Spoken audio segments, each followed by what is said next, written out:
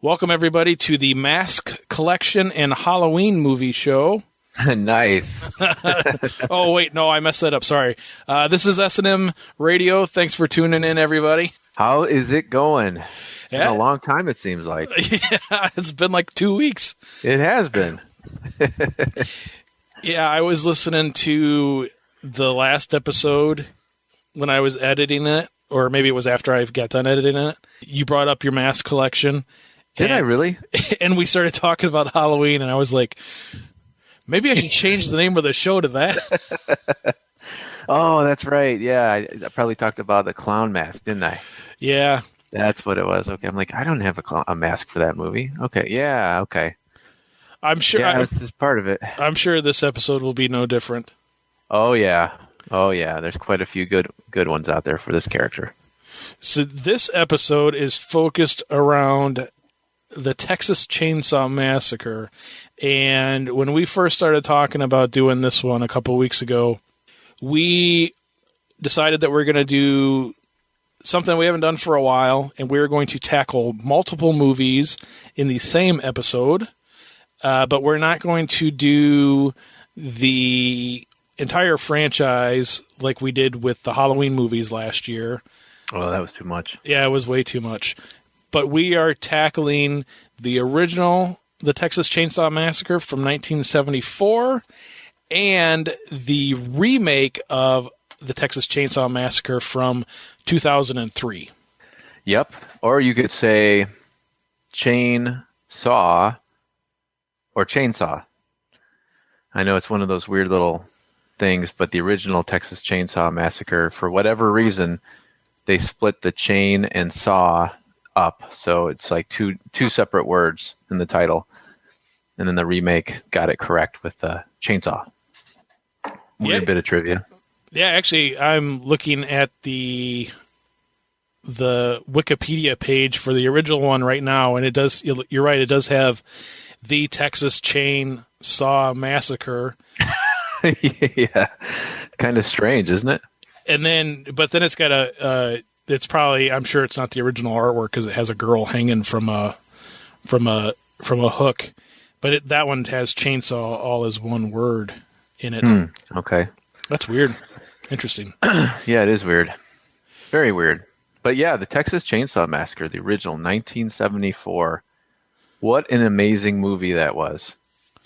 It was, and the reason why I thought it would be appropriate for us to do both of these ones in the same one, because they kind of both were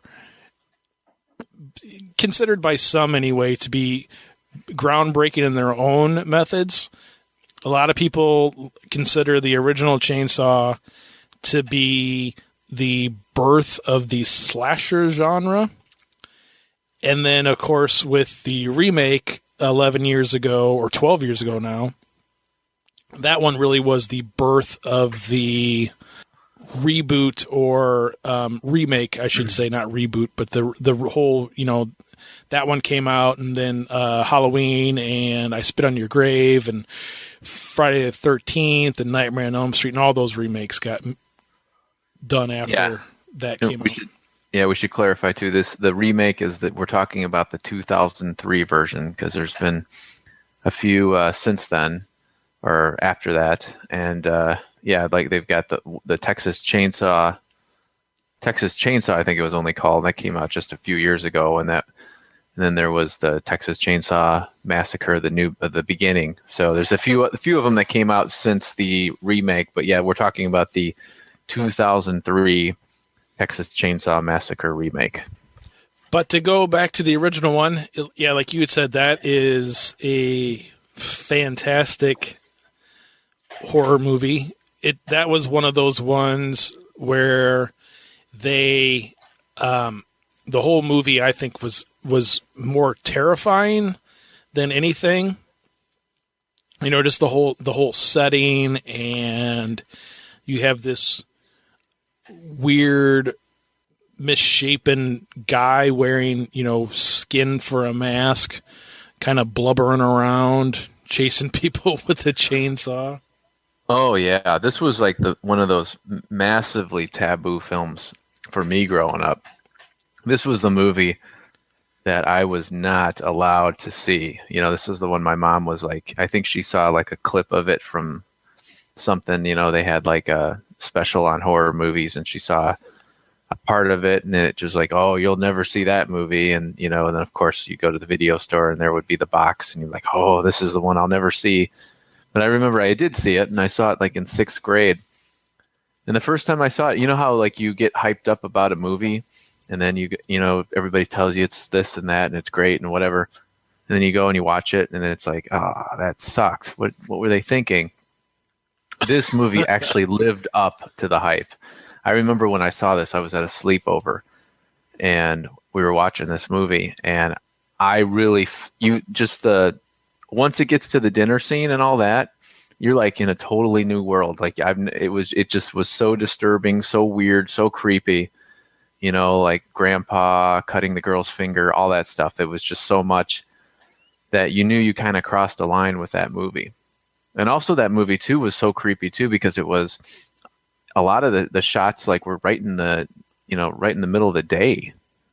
Some of the death scenes, some of the, like when they find the house and, and they're walking to it and all that stuff. And when you first meet Leatherface, very creepy stuff. I remember the first time I saw this movie as well. My story is a little bit different than yours. Do you remember, and I don't know if you've ever actually seen this or not, in the late 80s, probably 87 or 88 or so, there was this movie called Summer School? Yes. Oh, yeah, I remember Summer School. Okay, so for those of you who don't know Summer School, it was Mark Harmon. Oh, you know what? Let me take that back. No, I don't. I was thinking of Sleepaway Camp. No, I do not know Summer School. So Summer School was this like cheesy comedy about summer school, like a high school level summer school, and like it's a typical 80s film. Yeah, and it starred Mark Harmon and Kirstie Alley, back when Kirstie Alley was like a normal sized person. Was she a teenager in the show, or no? I mean, she was probably in her 30s or whatever. Oh yeah, that's right. Yeah, but so it was a summer school at this high school, and each of the kids had to do this like project for the class. Mark Harmon was the teacher, of course. And one of the projects was these guys like wrote to some sunglass company, and they got a whole bunch of sunglasses for free. Somebody else did something stupid. I don't remember. But anyway, there was like these two like stoner kids in the class, and their project was they did a movie report on Texas Chainsaw Massacre. And okay. So like in this comedy in 1987 or whatever, they showed like clips of this movie, and then they like analyze it. That was their whole project.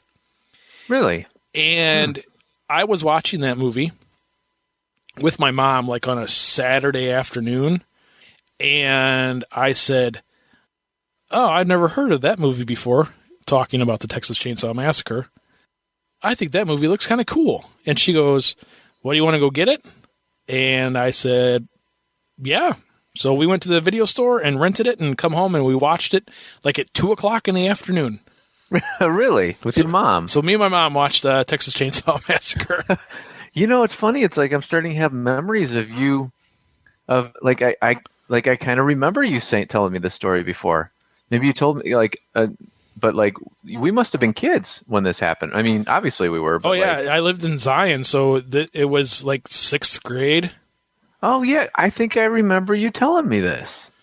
Oh, that's interesting. So what did you think then? Oh, I thought it was, like you had said, like gory and creepy and just weird at the time. Yeah. And then I don't think I ever saw Texas Chainsaw Massacre after that until probably I was in either my late teens or maybe even early 20s. Really? Wow. Yeah. Yeah, like I remember I saw it at a sleepover with a friend who was basically, was allowed to rent whatever he wanted. So I always utilized sleepovers for like all the movies I couldn't see. Okay, we definitely got to make sure that's on the list. Oh yeah. And so it was like sixth grade. I saw that one, and we watched it, and then I didn't see it again for a while because my folks weren't letting me rent that one.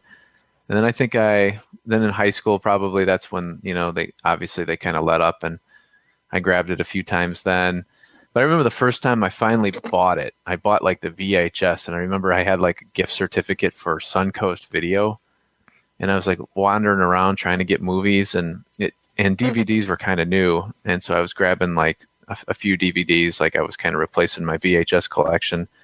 And then I was like, well, I got a little bit of money left over, and then I saw Chainsaw on VHS, and I'm like, should I get it? I mean, that's kind of creepy. That's kind of something's wrong. I probably shouldn't buy the Texas Chainsaw Massacre. It's just so weird, such a disturbing movie. It's like, should I really buy it? And then I like kind of talked myself into it. And then I've got like the VHS and 2 versions of the DVD. But yeah, that was like one of those movies for me where it just like goes to that level that like no other horror movie goes to. I mean, like, the Friday the 13th movies are pretty basic. Halloween, very basic. Chainsaw, just, once it gets to the house, and then they got the girl strapped to the table, and then they cut her finger, and then the grandpa, and then they're trying to beat her with a hammer. All that stuff is just so crazy and off the wall weird. Like, I mean, there's like, I don't remember a horror movie ever being that weird back then, but it was also so effective. I mean, I think Leatherface is probably one of the most frightening slashers that they've ever created. And I personally don't think they've ever, the original Texas Chainsaw Massacre, the way he looked, like he uses 3 different masks in that movie, like to be different faces of different people. Like he's got the killer or the stalker mask. Then he's got the one he wears when he's at the dinner table. Or when he's cooking, he looks like an old woman. And then they got the third one, the pretty lady one with the lipstick on it. And each one of those is just so creepy.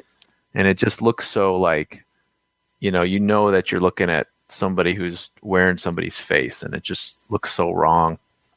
When you think back about it, I mean, that was, over 40 years ago now. So yeah. Back in the, mid 70s, could you imagine going to the drive-in or going to the movie theater to see that? Oh yeah. And just, I can't imagine that. People must have been terrified. They wouldn't have been even remotely used to this kind of thing.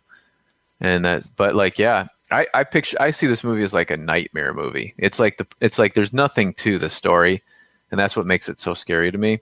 Like you never know the characters, you never know the killers, you really don't know anything. It's just it's the most basic setup, kids running out of gas, going to the house, and then they end up in a nightmare, and it just like it's all the way you're going through the nightmare. And all of what Sally has, the final girl, Sally, at the end, the chase scene through the woods, through the house, then having dinner with the family, finally escaping there. And then and the end is just brilliant.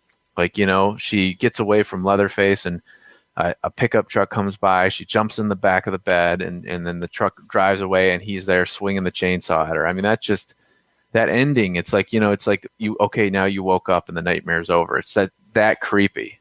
And she's, obviously gone insane by the end of the movie, and she's caked in blood. And yeah, that movie is so intense. I mean, that's my second favorite horror movie of all time. So that's just how high I put it up on the list. There are a few things with that I think are worth noting that you just talked about. Okay. And one of them being that this, unlike a lot of the other horror movies of that time and really even since then, like you were talking about the end of that, this was one of the ones that there no definite end to the movie. Oh, yeah. There was no, I killed the killer, and then there's not the jump up shock scare factor at the end. like you said, Sally jumps in the back of the truck and the truck takes off, and Leatherface runs in the road chasing her with the chainsaw in one hand, and she goes off, and then it's over. That's it. Yeah. I mean, it's like it's not like, it's almost like in some of the scenes too, it gets compared to, a lot of people compare this movie to like a documentary. It's got a documentary feel to it, where it's just kind of like you're like watching things happen. It's not even, doesn't even feel like a movie at times. And certainly when you get to the house and the dinner scene, it does kind of seem like that. Like the shots, it's just the camera sitting on them, there's no real, camera work being done. It's more just, you're just watching this weirdness happen. But yeah, it doesn't even, the ending, it's just like, okay, she jumps in the truck, gets away, that's it, boom. You never know what happens to her. You don't know what happens to the family. And yeah, it's really a one of a kind of movie. And I think that's why it's, we're talking about it even to this day. I mean, it just really kind of holds up in that way. It's just being one of those landmark films. And speaking of the whole documentary aspect of that too, this was one of, I wouldn't say this was the first one, but I think this was one of the first ones that did the whole fake marketing scheme of based on a true story. Yes. Yep. Yeah. And that opening crawl too was pretty creepy. And who does that is John Larroquette from Night Court. He did the voiceover for that, and he got paid in order to do that narration. He was paid. They gave him a joint. Nice. But it's funny because it really is like, when I look back at all my favorite movies, or the movies that had the biggest impact on me, and I can even include like movies like Star Wars for that example. You really have nobody directors who are coming in and doing this movie like for pennies and having to make it work. You think of the Texas Chainsaw. This was like as low budget as you could get. Same with like Night of the Living Dead, Halloween, even Star Wars to some degree. They thought that was going to be a B movie originally. Right. So it's like these movies really are just kind of accidents. Yeah, when Tobe Hooper made this movie, I don't think there was anybody that was cast in this movie that was a known actor or actress at all. Yeah, I think you're right. And also, too, the one thing I do remember hearing about was that Tobe Hooper originally thought that this movie would maybe get like a lower rating, like even possibly a PG rating. Yeah. But when it was originally released, before the MPAA got a hold of it, it had an X rating. Oh, I believe it. Yeah. It's kind of funny too, because really, if you look, I don't think there's any F-bombs in it. No, there's not. There's no nudity, and the gore is very, very limited. Yeah, there's not a lot of gore, unlike the movies of now, or even regular TV, really, for that matter. Oh yeah, and then one of the gory scenes, like one scene in particular, is actually real though.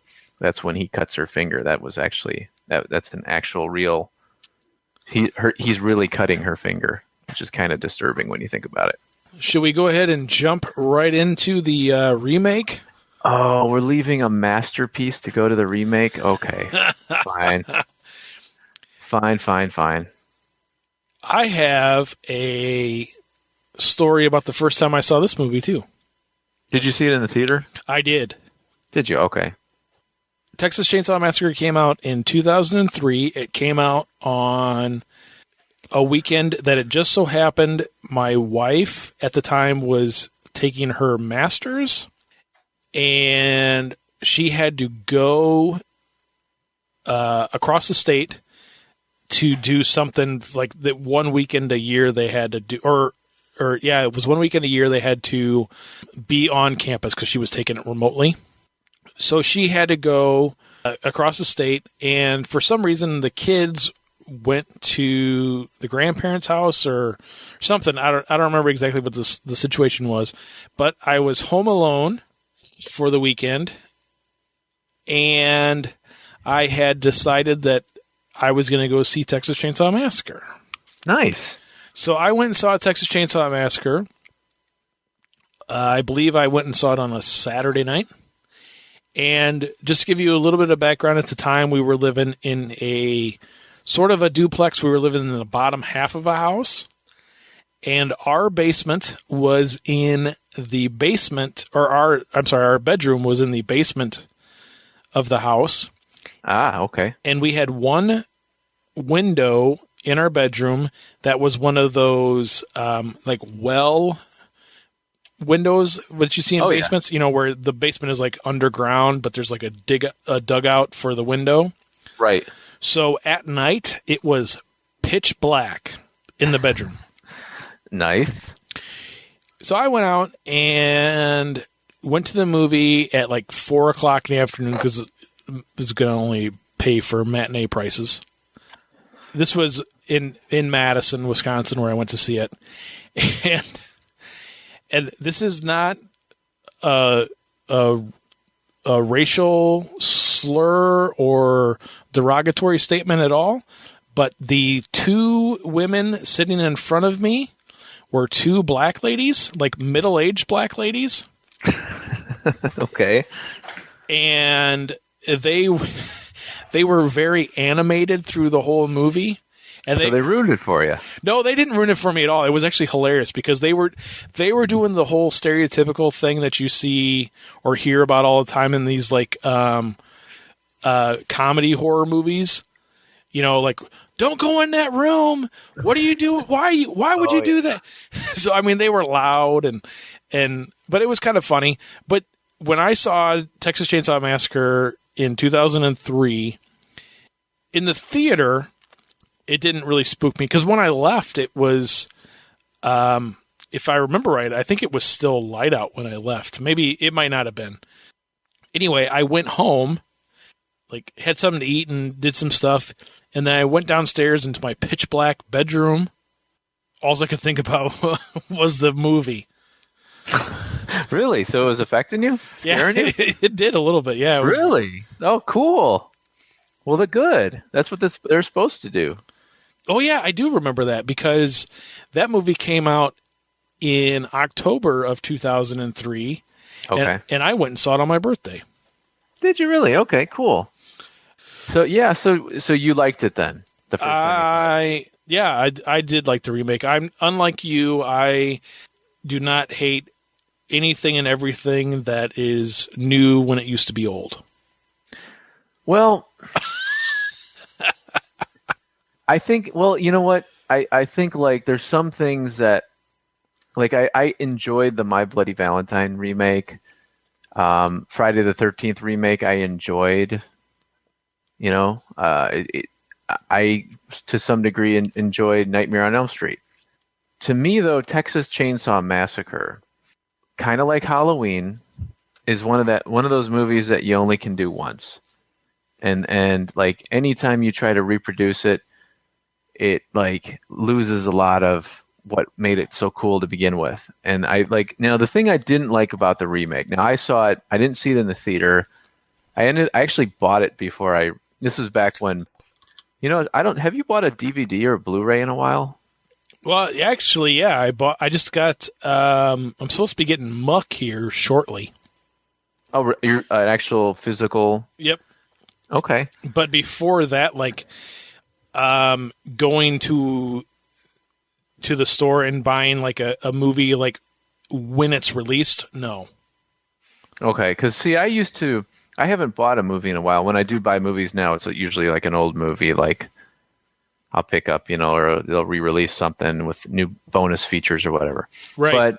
But back then, in like the early 2000s, like I remember when anytime a movie came out that was new, like I saw it in the theater, and then I'd go out and buy it as soon as it came out on DVD. I'd go to the store and get it. It would be just kind of like, oh, cool, such and such is out. And so that was one of those movies where I didn't see it in the theater, but the day it came out, I was like, oh. And I remember I bought it at a Blockbuster Video that was selling it. You know, they sold brand new movies. And I went in, I got it, and I'm like, oh, cool, I finally got this. And they had two versions of like the cheap kind of bare bones DVD, and then they had another one that had all kinds of bells and whistles, and I ended up getting the cheap one just because I hadn't seen the movie.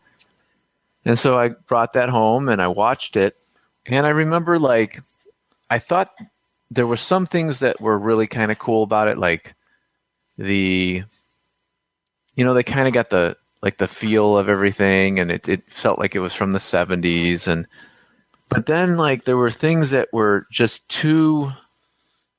They didn't have that like raw appeal. Like perfect example for me was like Leatherface. Like the way they make him look in the new movie, he looks like a monster. He looks like he's supposed to be a horror character. In the original, he's so weird. Like he's wearing like a button down white shirt and a tie. His mask looks so weird. Like it's so cheaply done. It's like, it just looks so weird. Like it's distorted and strange, where it doesn't look like it's supposed to be scary. It just looks like just strange. And that to me was more creepy. Whereas the new movie was too much like, they were like, well, let's just go out and make this like, a horror movie, where the original just was, I don't know, like it was so weird that it was scary. See, I had the opposite feeling of the movie. I thought that it was gritty, very well done. The guy who played the sheriff in the new one, I thought did an excellent job. While there was some more well-known people in the movie at the time, for example, Jessica Biel was in it, which I don't know if I don't know if she was really that big of a star before that or not. Not that I'm trying to say that Texas Chainsaw Massacre made Jessica Biel a movie star. Well, it put her on the scene. I mean, it put her kind of. I mean, I don't think she was as big. She was more TV, I think, at the time. But I could be wrong. Yeah, I don't even remember. I could spend 2 seconds making a couple mouse clicks there and looking it up, but finding out. That seems like work. The one thing that the movie was missing, I think, from the original one was kind of the corniness. Corniness? Yeah, a little bit. You know what I mean? Like with the grandpa being all weird and stuff. Yeah, okay. But again, the one thing that I always take into when I see these remakes is that before I go to see it, I always kind of separate it from the original. Right. That, okay, I'm going to see this movie, and the original is over here, and the new one is over here, and I'm going to separate them. And except for when we saw A Nightmare on Elm Street, that day when we saw it, and I hated it the day that we did see it, and then after I've seen it afterwards, now I love it. Yeah, you were really disappointed. Oh, that day I hated it so bad. But of all the other ones, I mean, I can't really name a remake that I don't enjoy. And you had Jessica Biel in a pair of tight blue jeans and a white tank top crawling under the police cruiser. That did make for a good movie. I can't disagree with you there. I don't see this movie to me. Here's how I feel with remakes. If you're going to remake something, to me, is a perfect movie, like Halloween, perfect movie.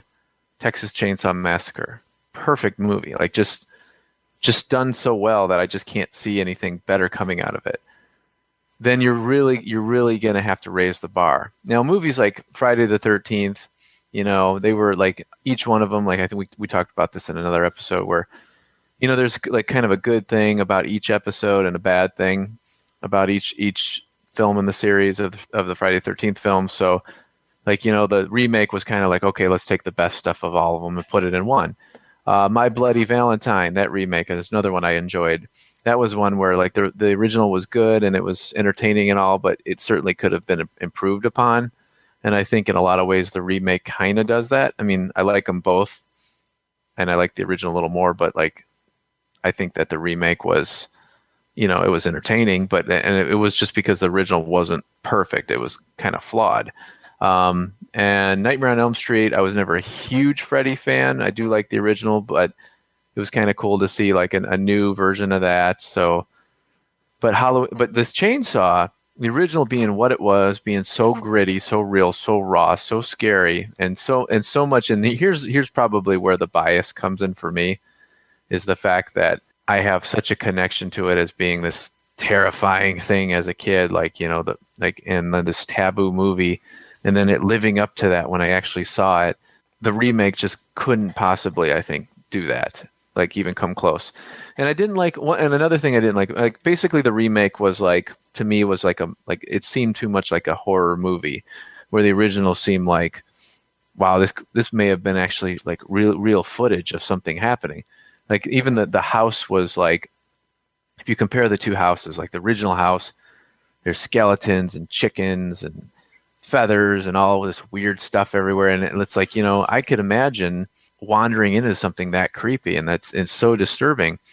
Whereas the new movie, it's like they kind of play off of all your horror movie things. I mean, they have like dolls in the house, and like the family is kind of like your typical stereotypical hillbilly thing, which we've seen already. It didn't seem as authentic to me. I don't know if like new audiences, I don't know what they would think of the original. It's got kind of it's too slow moving for kids nowadays, which I know we touched on that on the last episode. Yeah, that's probably true. I showed it to my son, my oldest son, and I think he felt the like sense of it being disturbing, and he actually was cool with watching it a second time. So that was kind of neat. So I asked him, like, what do you think of this movie? What'd you think of it? And he goes, or like, did you think it was really good? And he's like, well, I don't know if I call it really good, but it was definitely intense. So I was like, okay, cool.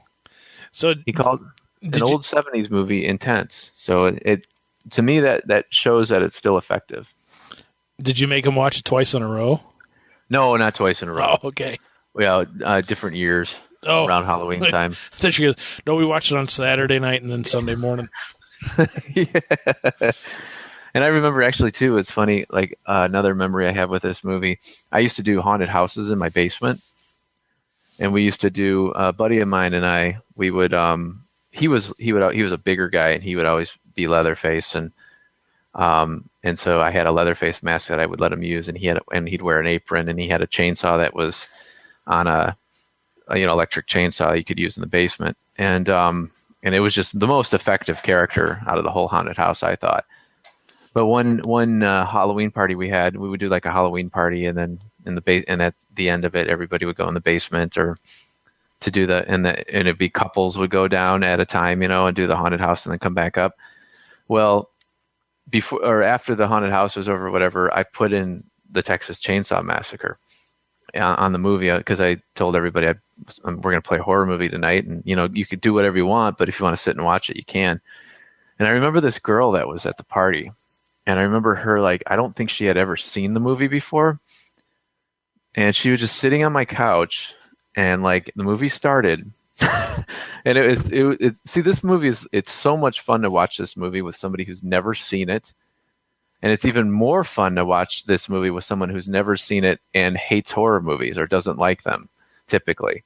Because this is pretty much like everything about a horror movie you're not going to like, probably, if you don't like horror movies. Oh, and yeah. So sitting there watching her watch it was such a great experience. Like the way her face would look, like she would like watch it, and then she'd kind of like look at me like, what's going on here? Do you really like this?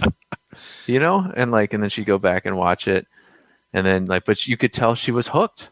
Like it was so weird and creepy that she couldn't like stop watching it. So I thought that was kind of a neat observation. The one thing that we did not touch on with this, actually the whole thing, the old ones and the new ones. So you loved the first one. I loved the first one. You hated the remake. I loved the remake. Yeah, I guess you could say hated. And then this one, the Texas Chainsaw Massacre movies, to me, have always been in this weird place amongst horror movies.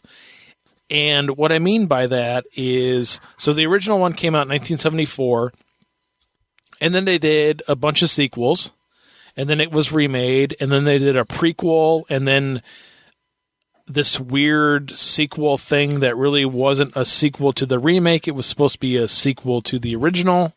Yeah. Very weird. That, aside from the originals, so the one that came out in 1974 and the one that came out in 2003, for the most part, all of the movies that were made after the fact kind of sucked. That's an understatement.